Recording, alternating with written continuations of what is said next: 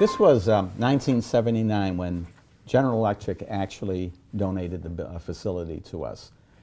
And believe me, it needed a huge amount of renovations. We raised... Excuse me, but didn't somebody say that you had to convince them that they would, it was a better financial deal to donate it than it was to sell it? Yeah, no, I asked them to donate it right off the bat. Yeah. And I said, we'd get you a Because better, the tax. a better tax write-off Yeah. by donating it. We'd get you a higher. Excuse me, John. But Charlie was right. Charlie George had already agreed about this, but he said, please go through All through the channels. Go through the channels with the GE personnel. We had a press conference, the big thing in the newspaper. It was a big deal. The building was ideal for us. It was on a bus line for blind people to get here. It was big enough. We never thought we would use the whole building. I said, so we won't use the upstairs. What did we do? We went on a campaign to raise money, okay? $1.8 million we raised. And, oh, Ken, you may want to talk about this. Part of the deal was I went to the federal government and I found out the SBA had a loan program. It was for, I think, only $300,000-400,000. And, so we went to Syracuse and they said, oh no, the maximum's $100,000. You had to match with a local bank. So Ken says, oh, I know, who was the congressman from Rochester that you knew? I can't think of his name. He was the head of the SBA. Yes. In fact, he introduced the legislation that created it. Right. And I can't think of his name. We went to Rochester. You spoke with him because you knew him, and he said, "Oh no, it's $350 you can get." All of a sudden, the word came down from Syracuse: you're eligible for $350,000.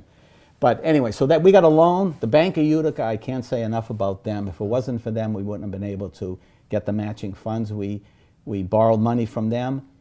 We took a little bit from endowment. We had a little bit endowment, and we raised more money.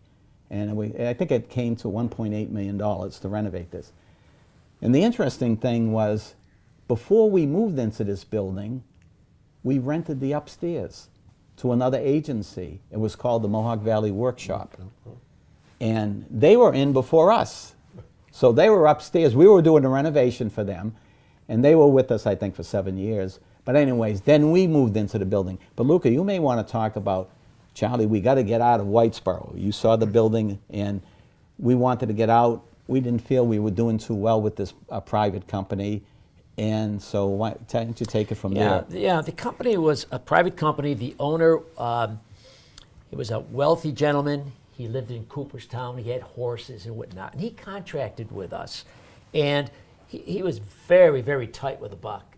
And so, you know, I would have to negotiate with he or his people about paying us the money that we deserve to implement and to operate this operation and not lose money. And his thought and their thoughts were in those days, you're a not-for-profit. What do you need to make money for? I mean, that was the mentality, believe it or not. So, you know, this went on for a few years, and then we moved from the Whitesboro building. They moved us over to a building on the corner of Culver and Broad Street. Used to be Brunner's. Remember, Chuck? They moved us there, and all the while I'm thinking, we've got to do something better than this. Again, pricing never benefited us money-wise, but it did because people were working. And, you know, people came first. And I said, I just can't ignore that fact. But I said, why can't we have it both ways? Why can't we put our people to work and make enough money so that we're not having to be subsidized by the state or whoever? And so we got this building, and again, I just kept going back and forth to conventions, to NIB. Don sent me to every agency in the state of New York, the biggies down in New York City. I learned a lot from them. Even though I had a lot of manufacturing, 19 years of manufacturing, but not working with people who needed more help than you would expect in the private sector. So then we were in this building. I had an office downstairs. I was the only one in that whole downstairs area. It was spooky. It was spooky. And then again, because Don would send me to these conventions. I went to a convention, and I met a gentleman from another agency, Bill Hudson from North Carolina, and he introduced me to these two gentlemen who were glove suppliers, latex glove suppliers, and they wanted Hudson to take this project into his agency. Well, he has a huge agency, as we know, and he had more than he really needed. So he says, "Luca, would you be interested in a glove packing operation?" I said, "Would I?" We have a new building, of course. And so he introduced me to these two gentlemen. They said, "We'd like to come up and see you and talk to you a little more about buying gloves from us." So I get a hold of Ken. I said, "Ken, they're coming here for a meeting. You've got to come with me. I'm talking hundreds of thousands of dollars here. I don't want to make that decision alone. I need some backing." So Ken and I took them out to dinner at Ventura's restaurant. I never forget. And we talked about, and we went through the process of how we would buy these gloves, bring them in from Thailand, and our people would package these gloves into boxes. And it wasn't very long before Who were you selling the gloves to? At that time, at that time, I found out there was a state use called the State Use Program. And the program was implemented by the state of New York. And what the program was that if you're employing people who are blind, and you can sell a product to the state that they need at a fair price, delivery on time, and of good It's got to be the quality. best price. The best price. And you have to do it with 75% of Blind your labor. blind direct labor. So I said, "Oh boy, this is going to be interesting. This is a challenge." So, long story short, we did it. We had the 75%. We had, I don't know how we got the money, because these gloves were like, it was a container of gloves, 40-foot container. It cost, I think it was $26,000 a container. You didn't have to couldn't only work with one container. You had to have storage. You had to have 3 containers in inventory. You had to have a container on the water. You had to have like 3 containers in manufacturing process in Thailand.